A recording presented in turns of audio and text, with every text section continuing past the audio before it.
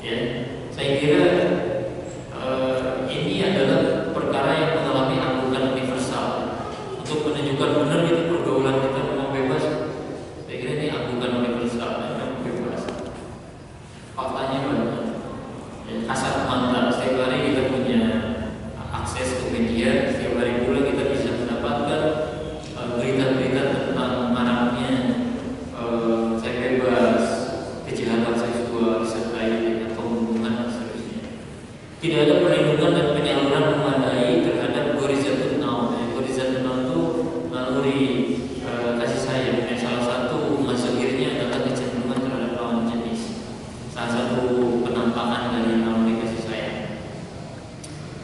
Nah, itu tidak ada perlindungan dan penyalurannya.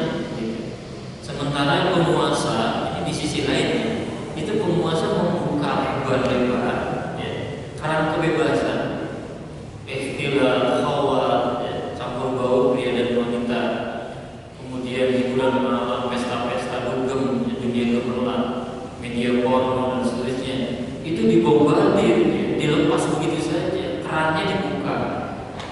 Ini kasihan ini, kasihan Anda ya, teman-teman ini merana sebetulnya. Satu sisi bagi yang sudah paham aturan dibatasi, tidak bisa bergaul seenaknya, bergaul bebas. Tapi di sisi lain keran kebebasan dibuka lebar. Pemerintah bukan ngasih solusi, bukan menyuruh yang muda-muda yang cepat nikah, malah dilarang menikah dengan undang-undang pernikahan karena ada batas minimal usia. Kalau menikah di bawah 19 tahun, 17 tahun itu akan dipidana. Pernikahan di bawah umur namanya. Ya, Anda jangan coba-coba menikahi semester 1 ya. Pernikahan lainnya di bawah umur itu. Ya. Kemudian tidak ada lapis-lapis pertahanan atau perlindungan dari negara untuk mencegah maraknya perzinahan dan pergaulan bebas. Ini lapis-lapisnya tidak ada. Saya mau tunjukkan lapis-lapis tersebut ya. Ini ada 10 lapis tidak? Upaya Islam mencegah perbuatan zina. 10 lapis, luar biasa. Sebelum hukum Islam itu diterapkan, Islam memberikan tindakan preventif yang luar biasa, pencegahan. Jadi kalau sekarang secara artifisial, secara permukaan, hukum Islam itu dianggap sebagai hukum yang kejam, barbar, tidak manusiawi, dan seterusnya. Ya karena belum tahu bahwa sebelum hukum itu, hukuman atau sanksi itu diterapkan, Islam memberikan sebuah mekanisme pencegahan. Hukum potong tangan misalnya, itu ada selain-selainnya, ada lapis-lapisnya sebelum terjadinya hukum potong tangan ini diterapkan. Ya, seperti jaminan negara atas kebutuhan pokok masyarakat. Kenapa ada orang yang mencuri? Bisa jadi karena dia dari lapar, atau bisa jadi karena ada kebutuhan yang tidak terpenuhi misalnya. Ya, sebagaimana sekarang dalam era kapitalisme yang kaya makin kaya, miskin makin miskin. Jadi memang tidak kompatibel kalau berbicara hukum ekonominya kapitalis, tetapi hukum Islamnya pergaulan hukum sanksi Islam. Ya, misalnya yang mencuri dipotong tangannya, pasti banyak yang dipotong tangannya. Kenapa? Ya tidak nyambung. Ya. Kalau berbicara hukum Islam harus apa? Sub sistemnya juga harus Islam. Subsistem dalam ekonomi juga harus Islam. Ada jaminan begitu. Demikian juga dengan pergaulan yang berzina, muda-mudi belum nikah itu dicambuk 100 kali, dicilid sesuai dengan ayat An-Nur ayat 2. Yang sudah menikah, ya berzina muhsan itu dirajam sampai mati. Sadis, belum enggak sadis. Ini lapis-lapisnya itu terakhir, upaya terakhir. Nah, lapis pertama keimanan seseorang di dalam Islam itu dijaga sekali. Sebelum terjadinya hukuman tadi, keimanan ada pembinaan, ya keimanan. Tapi keimanan itu bisa jebol ya. Maka disediakan lapis yang kedua. Nah, lapis yang kedua ini Islam mewajibkan badul basar, menundukkan pandangan, begitu. Keimanan bisa jebol, orang bisa curi-curi kan, iman tapi bisa curi-curi untuk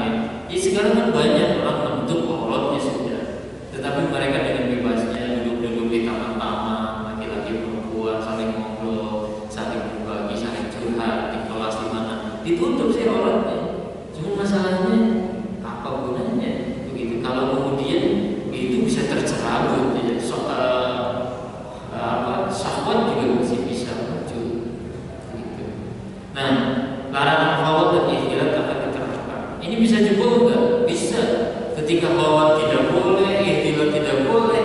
Ada orang yang masih curi-curi kesempatan. Ya apalagi sekarang smartphone dalam genggaman kita bisa buka YouTube, bisa nonton video porno dan seterusnya. Maka Islam memberikan selain yang kelima, larangan pornografi dan porno aksi. Ya tidak boleh. Ini bisa jebol juga nggak? Bisa. Bisa. Ya.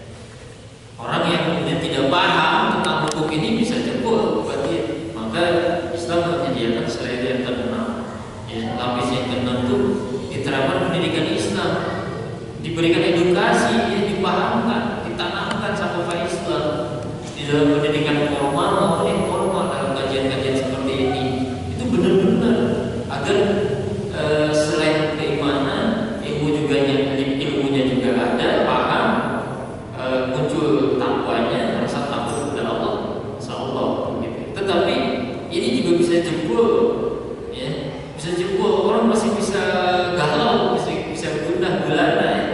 Sudah semuanya dilarang, tapi namanya apalagi dalam kondisi anak-anak muda yang sudah dalam tahap bertingkat tinggi gitu.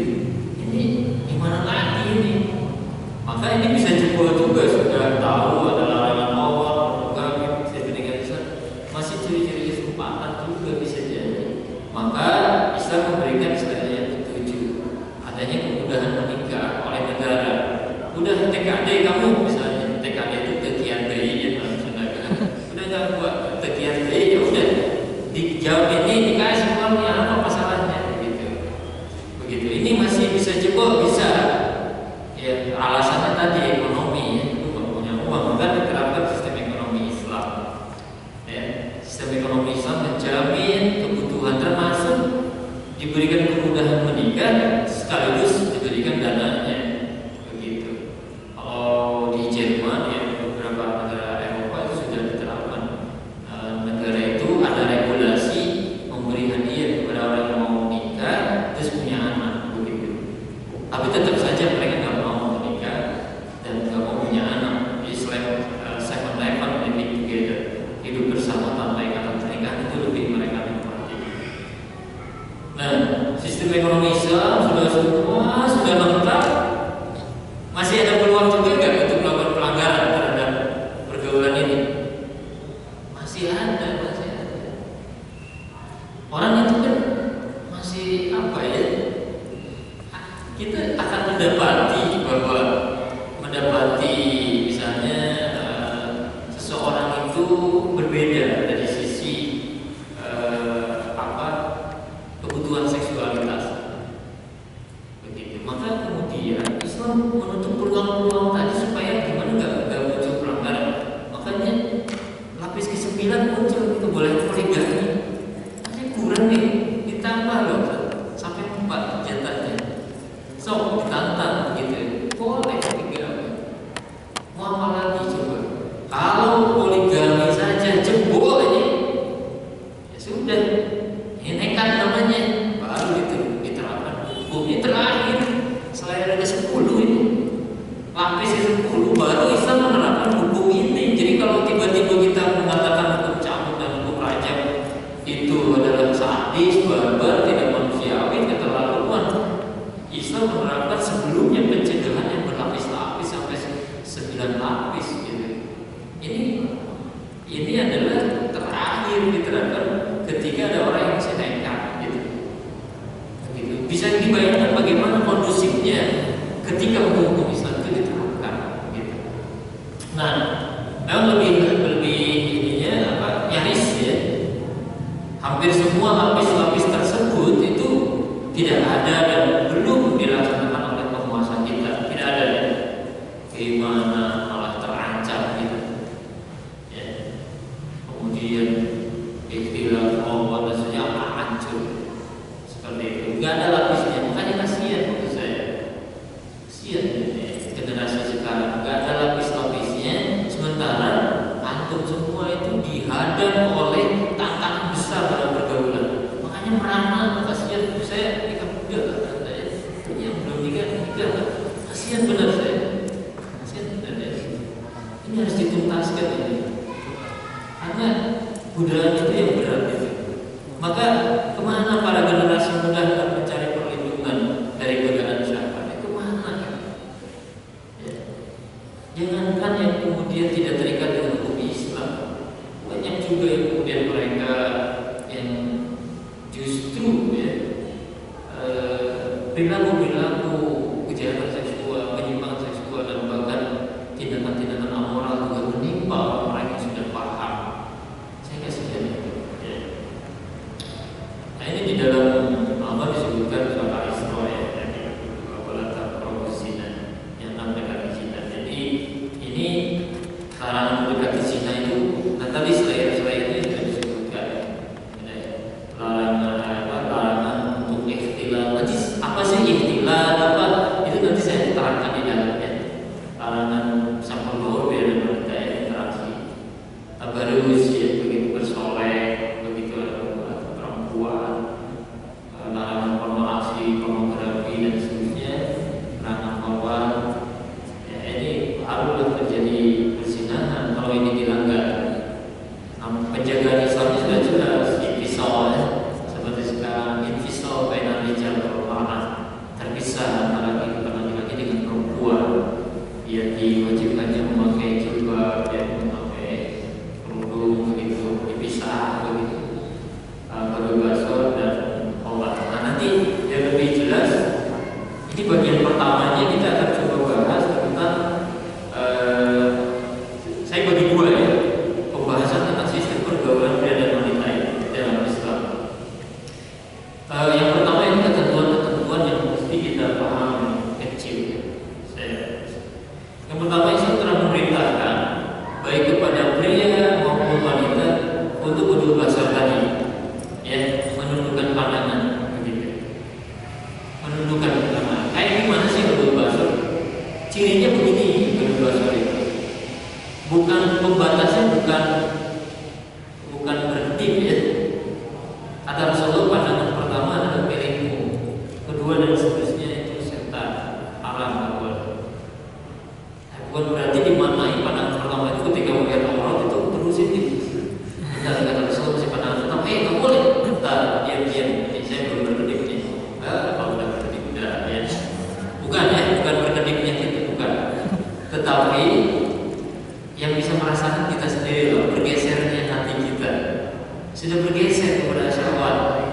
Siapa yang bisa merasakannya? Antum ya, antum sendiri yang bisa merasakan. Gak bisa, saya nggak tahu gitu. Maka pada saat itulah ketika dari pandangan ta'awun misalnya, pandangan saling tolong, pandangan sebagai manusia begitu. Ya, dia manusia, saya manusia gitu. Mengarah kepada pandangan jinsiah, berubah. Jinsiah itu memandang jenisnya, maka harus berubah.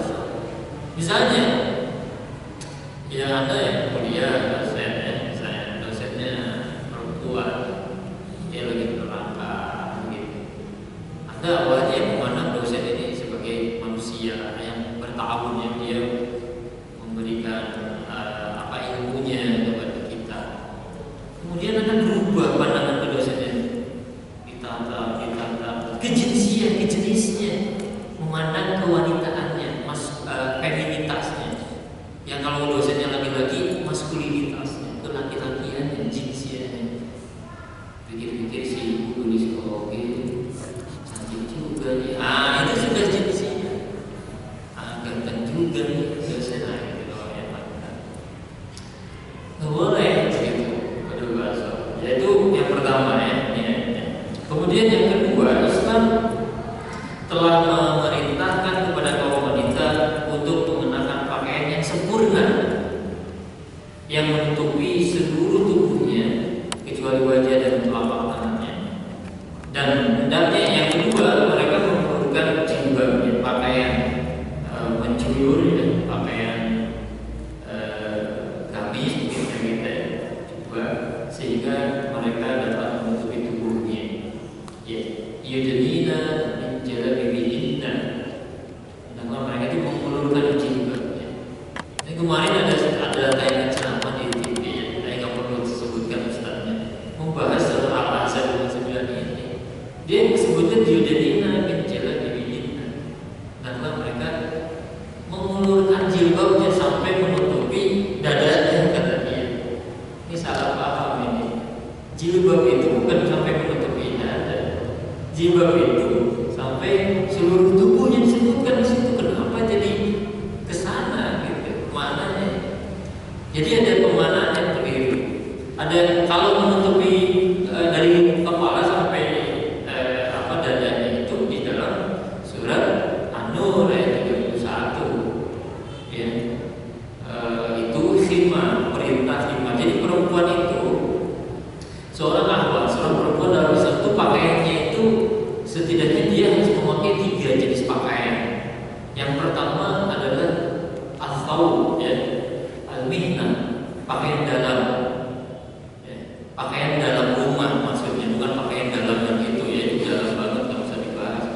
Itu al-mihnah, al-thawb, ya.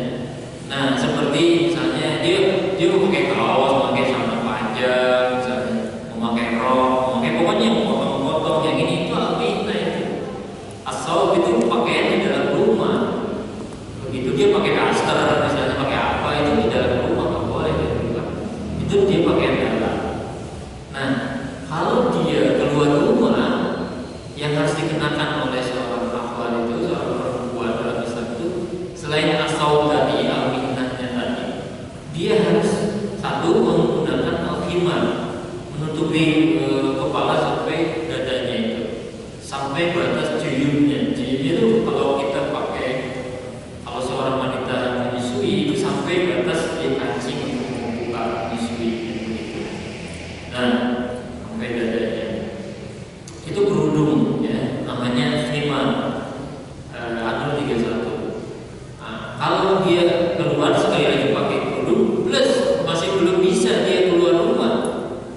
Kalau dia masih misalnya pakai baju tidur, pakai kerudung, belanja ke pasar, ke warung, masih nggak boleh itu. Menutup aurat, iya menutup aurat.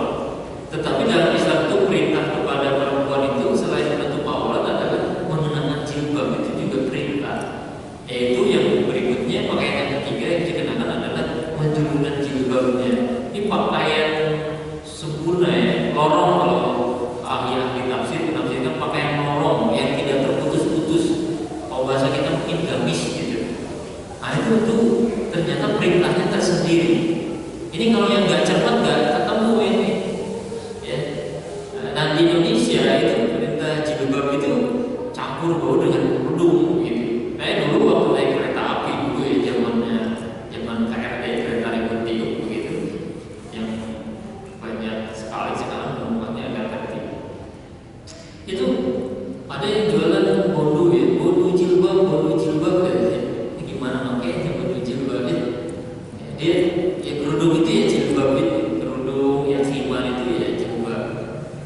Oleh mereka dipahami oleh orang Indonesia padahal ini khimar, ini jilbab, pakaian ya, panjangnya jilbab itu sampai irqam, ya, menyentuh lantai. Kalau kemudian pada saat berjalan tidak sampai itu menyentuh lantai, atau bisa dibantu sebenarnya dengan kaos kaki, pakai kaos kaki. Jadi sebenarnya ini saya melihat sekarang fenomena yang sudah mulai bergeser pada pemahaman ini. Sudah mulai saya lihat misalnya di Instagram, di iklan-iklan dijual khimar gitu. Sudah bahasanya sudah mulai khimar, ya, sudah tepat gitu. Kemudian dijual gamis, ya, mereka masih menyebutnya gamis gitu, atau jilbab. Itu sudah mulai orang menyadari itulah pakaian syar'i untuk seorang muslimah begitu. Oke, sesudah memakai pakaian yang sempurna, yang ketiga, Islam melarang seorang wanita melakukan safar, perjalanannya dari satu tempat ke tempat lainnya selama perjalanan sehari semalam atau lebih 24 jam, kecuali disertai oleh mahramnya. Begitu. Jadi yang ketiga, Islam melarang seorang wanita melakukan safar atau perjalanan dari satu tempat ke tempat lainnya melebihi 24 jam sehari semalam tanpa disertai mahramnya. Nanti mahram, yang mahram itu tanpa disertai bisa ayahnya, suaminya, adiknya, kakaknya, begitu, yang laki-laki, yang perempuan ini. Nah, jadi ini banyak dilanggar kan gitu. Orang berpergian sampai melebihi waktu. Berpergian ya, perjalanannya, bukan kemudian tinggalnya menetapnya. Kalau perjalanannya 17 jam, tapi setelah itu dia menetap di tempat itu, dia menginap dan seterusnya, dia berkumpul dengan jamaah wanita, sesama kaum wanita, itu masih boleh. Tapi ini perjalanannya 24 jam. Makanya kalau sekarang naik pesawat gitu ya, kan misalnya ke Sumatera, misalnya ke mana, kita ada kemarin ada seorang teman Ahwat, dia mau pulang ke Jambi begitu. Perjalanannya itu dia naik travel karena ada barang yang harus dibawa gitu, lebih kapasitas gitu. Barang-barangnya ini nggak bisa naik pesawat lah gitu. Terus dia nanyain gimana? Misalnya kan berapa jam? Ke Jambi 30 jam naik travel. Wah, itu melebihi 24 jam. Harus didampingi oleh mahram. Ya, kalau punya suaminya punya adik laki-laki yang sudah akil balik oleh adik laki-laki atau kakak yang laki-laki atau sama ayahnya begitu. Wah, nggak ada begitu. Nah, oleh karena itu dia harus membagi perjalanannya itu. Jadi kalau disiasati harus membagi. Dia harus berhenti di mana? Apa misalnya menginap dulu di mana begitu. Baru kemudian dia melanjutkan perjalanan itu. Tapi kalau itu niatnya tetap safar itu tetap nggak boleh sih sebenarnya. Jadi dia sampai gitu juga. Gitu. Nah ini ya, ini beberapa. Yang keempat, jadi tidak boleh, ya, tidak dibolehkan seorang wanita yang belum pulang sementara dalam hari akhir melakukan perjalanan sehari semalam kecuali disertai mahramnya. Yang keempat, Islam melarang pria dan wanita untuk berkhawat kecuali wanita itu disertai mahramnya juga. Ya, khawat berdua. Nanti saya terangkan lebih jelasnya di bawahnya. Yang kelima, Islam melarang wanita untuk keluar dari rumahnya kecuali seizin suaminya. Ini banyak yang melanggar ini. Ya, karena suami itu memiliki hak atasnya. Maka tidak dibenarkan seorang istri keluar dari rumah suaminya kecuali atas izinnya. Banyak ya orang itu senangnya istri mana pulang, suaminya pulang gak ada di tempat istrinya dan seterusnya. Nah pelanggaran yang seolah-olah kecil ini terakumulasi. Bahkan memasukkan orang asing ke dalam rumah. Ada salesman nawarin barang, permisi Mbak, saya mau nawarin barang. Oh silakan masukkan di rumah, nggak ada siapa. Itu bahaya. Nanti saya jelasnya, saya terangkannya dalam sebuah bagan. Yang keenam, Islam sangat menjaga agar kehidupan dalam kehidupan khusus hayatul khas, hendaknya jemaah kaum wanita terpisah dari jemaah kaum laki-laki. Saya kira ini sudah biasa kan? Di masjid kita dipisah, di WC juga dipisah ya. Ladies gentlemen, gitu, laki-laki perempuan di WC manapun itu terpisah.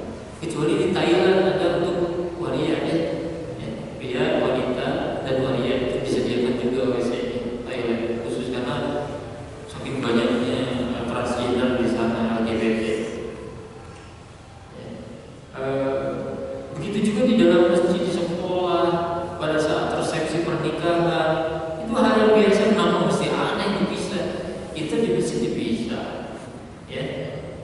Itu sudah terbiasa, hidup itu dipisah, gitu, pria dan wanita. Masa aneh. 7. Islam sangat menjaga agar hubungan kerjasama ya, ta'awun antar pria dan wanita hendaknya bersifat umum dalam urusan muamalah. Bukan hubungan yang bersifat khusus seperti saling mengunjungi ya, antara pria dengan wanita yang bukan mahramnya, atau jalan-jalan bersama, janjian di kafe makan. Dalam Islam nggak dikenal itu yang kayak invisible. Hubungan pria wanita itu hubungan kerjasama yang sifatnya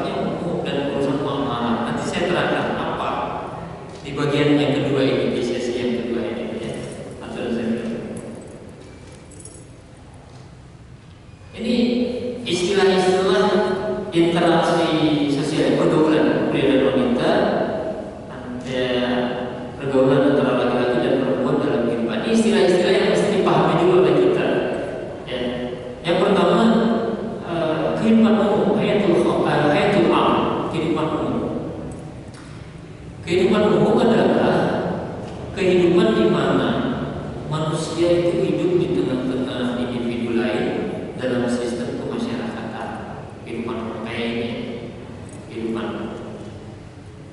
hayatul khas, kehidupan khusus adalah kehidupan rumah tangga. Ini di rumah, di mana hidup di dalamnya individu keluarga tersebut. Itu hayatul khas. Gitu. Nah, aktivitas umum sekarang. Jadi aktivitas umum itu sebuah interaksi di dalam aktivitas itu yang jika terlibat orang ketiga itu tidak memerlukan izin, untuk dia tidak terganggu dengan kehadiran orang ketiga. Jadi contohnya ya ini di masjid, di angkot, begitu. Aktivitas khusus ini sebuah interaksi yang jika terlibat orang ketiga. Aktivitas khusus itu memerlukan izin ya. Cirinya itu kalau kita mau gabung ke aktivitas khusus itu harus ada izin ya. Dia bisa tergabung dengan kehadiran orang ketiga. Nah, ini tempat umum, tempat di mana tidak memerlukan izin ya. Jika kita hendak memasuki area tersebut, itu tempat umum ya. Angkot, masjid dan seterusnya, pasar gitu. Ini contoh-contohnya. Tempat khusus, tempat di mana kita itu harus memerlukan izin jika kita hendak masuk ke area tersebut, rumah ya. Rumah kita, kos-kosan kita, kemudian ojek juga sama, kalau itu kendaraan pribadi kita, motor, mobil yang punya pribadi itu orang untuk memasukinya kan perlu izin, tidak bisa sembarangan gitu. Nah, istilah-istilah yang lainnya, khawat itu menyendirinya seorang pria dan wanita asing di suatu tempat yang tidak memungkinkan orang lain untuk bergabung dengan keduanya kecuali atas izin keduanya. Kalau bahasa bebasnya sekarang itu dunia serasa milik berdua, yang lain kontrak sama gitu. Itu khawat itu. Jadi khawat itu aktivitasnya khusus. Dia berdua-duaan antara laki-laki dengan perempuan, menyepi begitu. Meskipun ini ramai, tetapi ada orang yang berkhawat misalnya. Ini di balik sini, di koridor sini, ada orang yang berdua-duaan gitu, laki-laki perempuan, karena dia menjadikan aktivitasnya aktivitas khusus, kegiatan khusus, dan tidak memungkinkan orang lain itu bisa bergabung kecuali izin begitu. Karena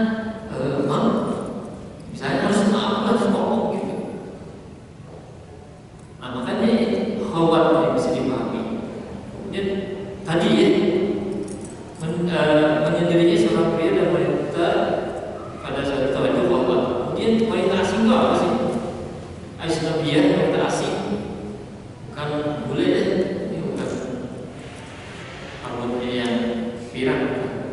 Wanita yang bukan istri dan juga bukan mahram gitu. Itu wanita ajnabiyah. Pria dan wanita berdua-duaan yang bukan istrinya, yang bukan mahramnya berdua-duaan itu boleh. Nanti saya serahkan. Mahram itu apa sih mahram? Mahram itu orang yang haram menikahinya secara permanen. Ya. Baik karena ikatan kerabat, saudara, ayah dan lain sebagainya. Berarti mahramnya wanita adalah laki-laki yang haram menikahi wanita tersebut secara permanen. Jadi bapaknya, kakeknya dan seterusnya itu ke atas. Kemudian kalau ke pinggir, adiknya yang laki-laki, kakaknya yang perempuan, gitu. Pamannya dan seterusnya. Kemudian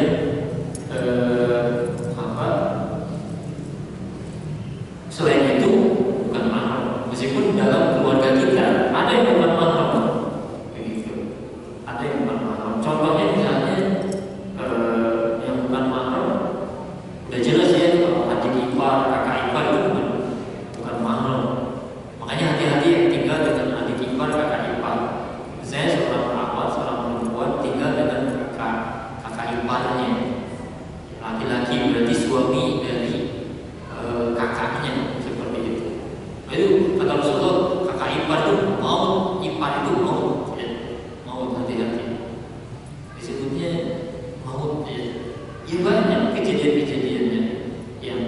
kemudian akhirnya terjadi perselingkuhan dan seterusnya. Hati-hati, tetap kita harus menuntut aurat kita dan seterusnya. Kemudian anak paman, anak bibi itu juga bukan mahram kita. Kalau bahasa kitanya saudara sepupu, nah itu bukan boleh kita nikah dengan saudara sepupu. Saya boleh nikah dengan anak bibi saya perempuan. Begitu, itu bukan mahram. Kalau sekarang kita merasa ini kan saudara, masih saudara, jalani aja, bukan bisa gitu. Nah, hajat syar'i, nah ini ada hajat syar'i itu apa sih? Hajat syar'i itu kebutuhan seseorang yang mengharuskan terjadinya pertemuan antara laki-laki dengan perempuan, ya, antara lawan jenisnya, laki-laki dan perempuan yang bukan mahram dalam satu waktu. Dan hukum syara atau Islam, aturan Islam telah membolehkan adanya pertemuan tersebut. Ya contoh ya hajat syar'i itu jual beli misalnya. Ini hajat syar'i ini yang memungkinkan dibolehkan pertemuan laki-laki perempuan dan saling berinteraksi untuk urusan jual beli. Misalnya penjualnya adalah perempuan, pembelinya laki-laki, nggak usah itu begini. Yang perempuan juga sama penjualnya juga misalnya penjual buah-buahan ya. Yang belinya neng buah itu berapa? Yang mana gini yang jualnya juga sama. Ini nggak akan beres-beres. Yang mana yang itu yang mana gitu. Ini boleh interaksi biasa aja. Gitu. Yang nggak boleh itu interaksi khusus. Contoh misalnya nyerempet pada upaya menggoda. Neng buatnya mulus kayak neng ini yang jual. Itu nggak boleh. Gitu. Boleh dicicipi nggak? Boleh silakan. Dicicipi manisnya yang buat kayak panas nengnya itu nggak boleh. Itu sudah mulai interaksi yang manusia akhwat gitu. Meruntuhkan ruah, kehormatan, ifat. Ya. Itu sudah nggak boleh begitu, menggoda-goda dan sebagainya. Atau tinggal di mana sih? Minta nomor teleponnya dong, nggak boleh. Bisnis, interaksinya ya sekedar interaksi untuk jual beli saja. Jadi boleh aja biasa aja elegan. Dan pada saat itu wanita disarankan untuk tidak tawadus begitu ya, tidak menjaga juga kata-katanya lebih tegas begitu. Tapi jangan terlalu tegas juga ya begitu. Bang ini buah berapa? Mana buahnya yang mana? Oh jangan begitu, kepala tidak. Mana? Saya layani mana? Enggak, bukan begitu ya. Bukan berarti jadi kaku begitu ya. Enggak seperti itu. Mau apa kamu? Mau beli buah saja? Yang mana? Tuduh aja deh berapa kilo? Mana uangnya? Oh enggak begitu. Jadi maksudnya interaksi yang ya sewajarnya gitu ya. Jual beli. Contoh hajat syar'i yang lain adalah pengobatan. Misalnya seorang dokternya laki-laki, pasiennya perempuan, gimana nih? Harus pakai stetoskop, harus meriksa gitu ya, disentuhkan gitu. Ya boleh. Itu dalam urusan pengobatan boleh. Apalagi kalau misalnya perempuan hamil mau di USG, dokternya UPM, dokter wanita ya. Misalnya kalau tidak ada, didampingi oleh suaminya USG itu boleh.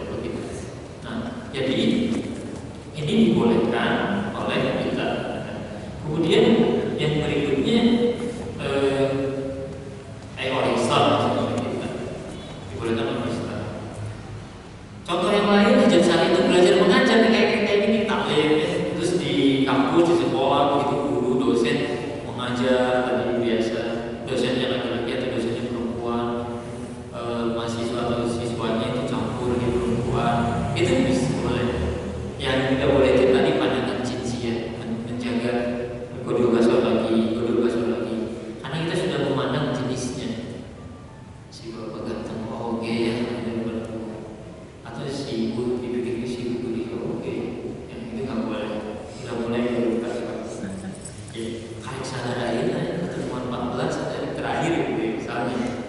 Boleh. Nah, belajar mengajarnya biasa gitu. Kemudian proses pernikahan ya ada khitbah, ya ta'aruf, ada proses pembinaan gitu, datang ke rumah perempuan, boleh pernikahan perempuan. Itu saja. Selain ini semua nggak boleh gitu. Interaksi kita mau ngapain? Nah, supaya lebih jelas, kita coba kenali juga ini bentuk-bentuk istimewanya ya antara laki-laki dan perempuan dalam kehidupan. Hukum asal ini harus kita pahami. Hukum asal interaksi laki-laki dan perempuan dalam Islam itu infisal, terpisah. Infisal, bainal rijal wal mar'ah, terpisah antara laki-laki dan perempuan. Pertama istimewa, ini perlu juga mengenal istilah-istilah ini. Jadi ketika saya tampilkan bagannya itu sudah tahu begitu. Istimewa itu berkumpul. Jadi berkumpulnya antara laki-laki dengan perempuan di suatu tempat dan hanya sekedar berkumpul saja, hanya ngumpul saja. Contoh dengan catatan maksudnya ini di halte bis, di apotek, di puskesmas, di angkot, ini hanya berkumpul saja. Ya kan kita di stasiun misalnya kereta, laki-laki perempuannya lagi nunggu kereta sudah masuk duduk berdampingan, ada yang berdempet-dempetan laki-laki perempuan. Ini masih istimewa ini. Namanya berkumpul laki-laki dengan perempuan. Istimewa. Kemudian yang berikutnya ikhtilat. Nah, ikhtilat itu campur baur. Jadi berkumpulnya antara laki-laki dengan perempuan di suatu tempat dan disertai adanya interaksi, ngobrol. Gitu. Bukan hanya berkumpul di angkot tadinya udah ngobrol dan berkumpul. Laki-laki perempuan berdempet, gimana nih hukumnya? Nggak apa-apa. Cuma istimewa aja di tempat umum, nanti ada bagian. Tapi ketika ngomong, mulai tahu kenalan siapa namanya. Nah, ini sudah ikhtilat. Naik rumah di mana nih? Kuliah di mana? Oh, terus ngomong gitu. Nanti hukumnya apa? Nanti akan saya terangkan. Ya. Contohnya di sekolah, di kantor, gitu ya. Ikhtilat. Nanti mana ikhtilat yang boleh nggak boleh? Interaksi. Nah, kalau interaksi saja ini adanya interaksi antara pihak dan wanita tanpa bertemu, misalnya melalui telepon, SMS, surat, gitu. Itu tanpa ada pertemuan, ya melalui WA, Telegram, melalui Line dan lain-lain seperti itu. Lainnya. Jadi kita akan masuk hukum pertama dulu ya untuk istimewa berkumpul. Sekali lagi istimewa itu berkumpul. Jadi hanya berkumpulnya laki-laki dengan perempuan dan hanya berkumpul saja. Ini ada bagian hukum asal dari istimewa berkumpulnya laki-laki dengan perempuan itu hukum asalnya haram. Hukum asal. Kan tadi invisal bainal rijal wal mar'ah. Hukumnya itu terpisah sebenarnya laki-laki dan perempuan. Tetapi ada kekhususan. Tadi hukum asal, berbicara hukum asal. Ada kekhususan. Pertama, jika istimewa itu dilakukan di tempat khusus tadi kita sudah mengungkap definisi tempat khusus itu kan tempat yang jika kita untuk memasukinya itu perlu izin, kayak rumah harus izin, ketuk dulu, assalamualaikum, ya, assalamualaikum, 2 kali assalamualaikum, nggak ada harus pergi, ini makin berat, assalamualaikum, jauh berarti, atau kita nggak boleh sambil ngintip gitu, orang nggak sih diintip, ini mengancam kehormatan pelaku pengintipan ini kata Rasulullah ini dicopres dengan garpu itu. Seandainya aku tahu pernah dikonfirmasi kepada Rasulullah ada seorang yang mengintip, maka Rasulullah bersabda seandainya aku tahu dia begitu akan dicopres matanya dengan garpu. Gitu. Ini larangan mengintip. Rumah-rumah kaum muslim itu dia harus tertutup. Cara bertamunya itu diatur sekali. Kalau rumah-rumah di barat itu kan nggak ditutup gorden kadang-kadang. Gordennya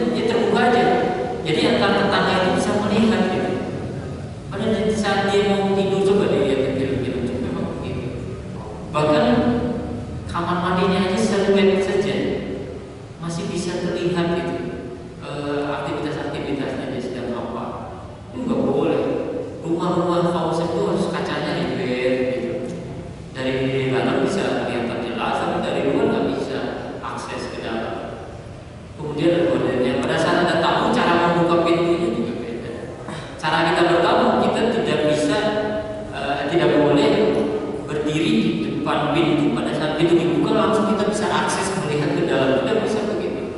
Maka kita ketika buka pintu itu, ketika pintunya ke sini bukanya, maka kita harus di sini, gitu ya. Atau di sebelah sini tidak bisa langsung melihat, begitu. Itu cara ketika ya ada tamu. Nah, ini untuk menjaga kehormatan. Di tempat khusus, kalau istimewa di tempat khusus tanpa mahram, ini penyebutan yang tepatnya mahram ya, bukan muhrim. Kalau muhrim itu sama maknanya lain. Muhrim itu orang pakaian ihram, muhrim pakaian ihram itu aja. Mahram ya, muhrim kalau sudah muhrim ya, sudah. Ya, kalau di tempat khusus tanpa mahramnya itu haram ya. Istimewa berkumpul di tempat khusus, misalnya di mobil pribadi misalnya. Saya lagi naik mobil nih pribadi misalnya, kemudian ada teman saya akhwat, saya berhenti, mana teh pulang, naik aja, meskipun di belakang dia di ujung ya. Dan tidak ada ngobrol, tidak ada aktivitas ngobrol, tidak ada aktivitas ngobrol dari awal sampai tujuan. Cuman ngobrolnya tadi mau masuk dan keluar, terima kasih sama-sama misalnya, itu tetap nggak boleh. Itu adalah berkumpulnya pria wanita di tempat khusus tanpa mahram haram, gitu. Makanya jangan ngajak-ngajak sembarangan, apalagi naik motor. Ini yang laki-laki, mana nih aku terlambat nih, mau naik, nggak boleh. Seperti itu adalah berkumpulnya laki-laki dengan perempuan di tempat khusus tanpa mahram. Di rumah lagi, saya di rumah, saya kalau bertamu itu saya nanya, di rumah ada siapa aja? Oh, ada saudara saya perempuan, adik saya yang di atas di lantai. Oh, jadi kita tahu di rumah itu ada siapa.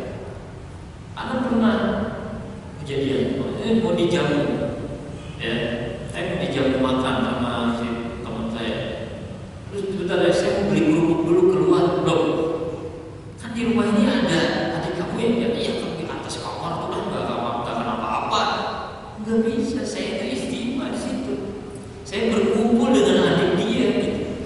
Meskipun kan tanpa interaksi, berkumpulnya pria dan wanita di tempat khusus tanpa mahram haram. Jadi dia keluar, jangan mau beli kerupuk, dia sama saya aja, atau nyuruh ke yang lain, gitu. Jadi banyak, itu baru berkumpul loh, belum ngobrol gitu. Si adiknya juga di lantai 2 di atas, ditutup, dikunci di kamarnya. Ya. Jelas sisa tuh boleh begitu itu. Kemudian di tempat khusus kalau ada mahramnya itu boleh, ada mahramnya. Nah, tempat khusus baru berkumpul saja, berkumpul tadi. Ya. Kumpul kayak tadi, belum ngobrol.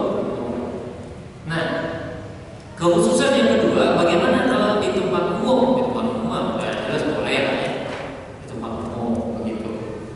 Nah, jadi kalau berkumpulnya laki-laki perempuan di tempat umum itu boleh, gitu.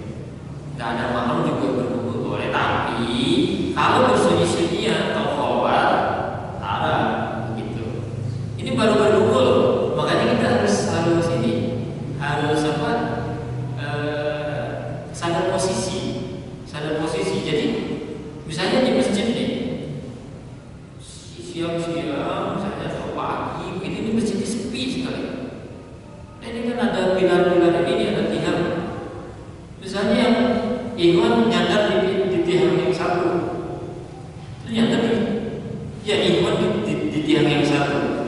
Ahwat ada di tiang yang lain, nyandar juga begini. Itu istimewa berkumpul spirit pada saat menyadari ya bubar, jangan di situ. Meskipun belum ada interaksi, tapi kalau kita sadar, kita sudah berduduk misalnya di ruangan di kantor, kita sudah bekerja ya, nanti gitu. Kemudian ada sekretaris atau gimana ini perempuan, sama itu dia berdua, nggak ngomong, nggak berdua. Aduh, kawan nih istimewa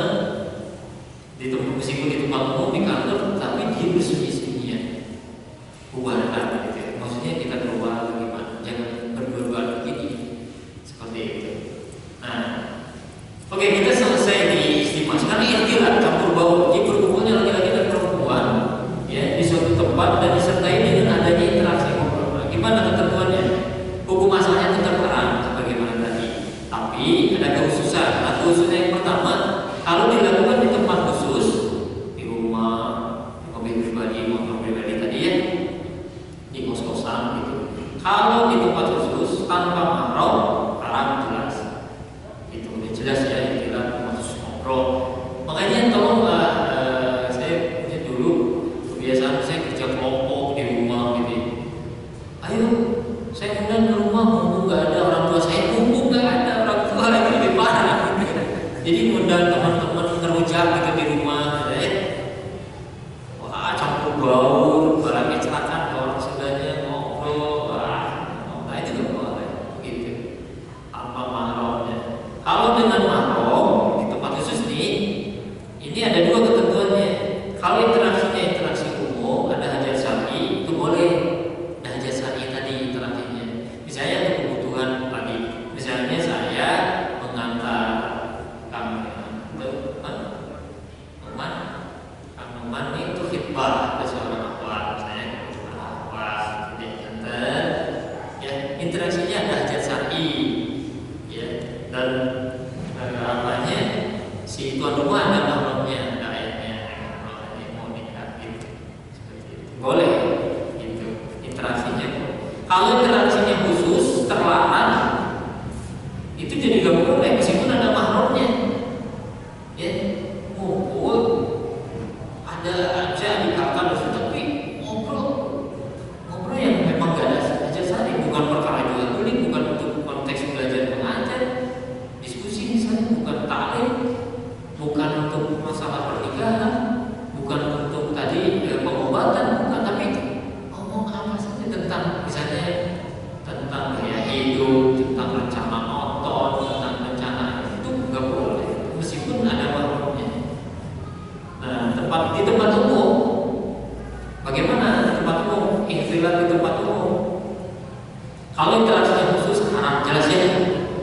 Kalau nggak ada hajat syar'i, tadi diangkat misalnya duduk udah berdekatan dengan lawan jenis, iya dia bisa jadi.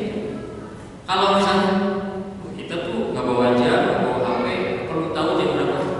Bener deh, jam berapa sekarang ya?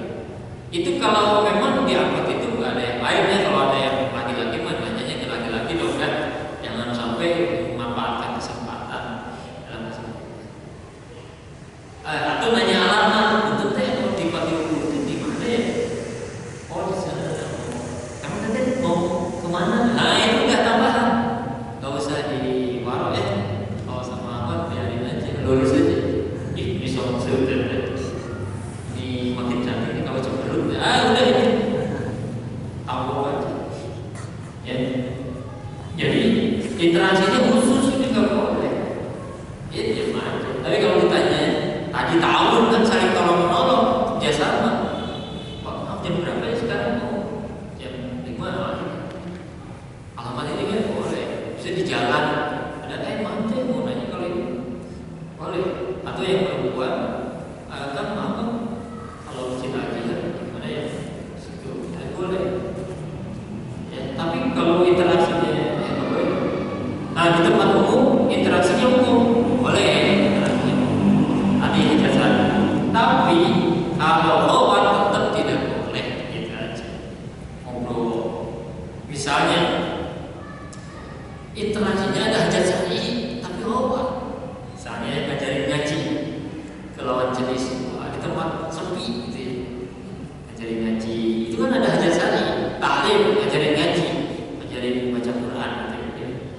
Berdekatan tempat sepi. Seperti itu nggak boleh. Ya. Saya kan tujuannya baik, iya tujuannya insya Allah baik. Niat saya karena Allah, iya niatnya karena Allah. Tapi caranya salah. Aku bakal Allah yang batu baru wasilah. Tujuan yang baik tidak boleh menghalalkan segala cara. Bisa runtuh itu, bisa sia-sia itu pengajaran kita. Begitu. Nah ini haram boleh jelas. Kalau ada hajat syar'inya tapi bersunyi-sunyian kawan.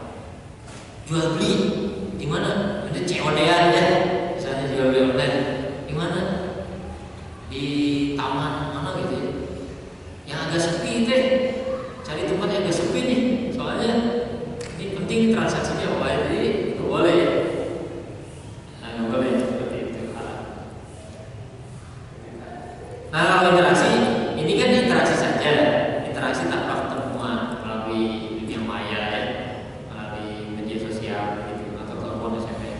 Ini dua saja ketentuannya. Kalau interaksi umum boleh, maksudnya ada hajat syar'i.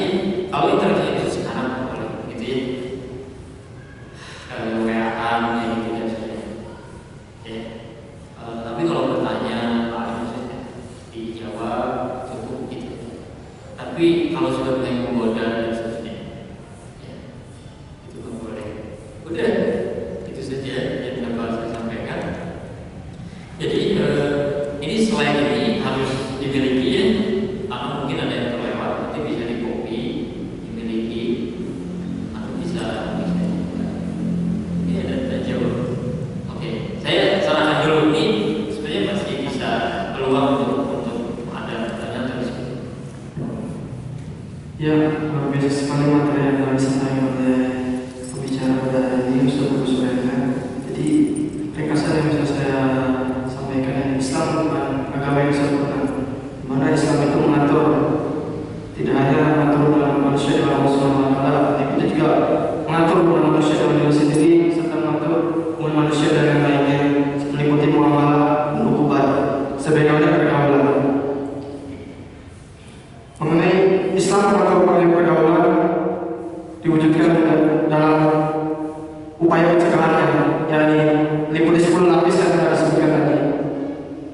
Bahwa mengenai hukum bagi orang yang berzina, bahwa orang berpandangan salah bila hukum rajam atau hukum pidana Islam merupakan hukum yang kejam, karena Islam juga telah memiliki pencegahan sebelum menerapkan hukum pidana yang diperlakukan. Sebagaimana kaidah-kaidah dalam pergaulan dan kaidah-kaidah dalam sistem pergaulan Islam, di antaranya yang menunjukkan padanya memakai pakaian yang sempurna, muslimah dalam melakukan safar dari tempat satu tempat lain selama 24 jam, dalam berkhulwat, muslimah tidak boleh keluar rumah tanpa izin suami, wanita dan laki-laki kehidupan yang terpisah, serta pria dan wanita dapat bekerjasama atau tolong dalam hal yang bersifat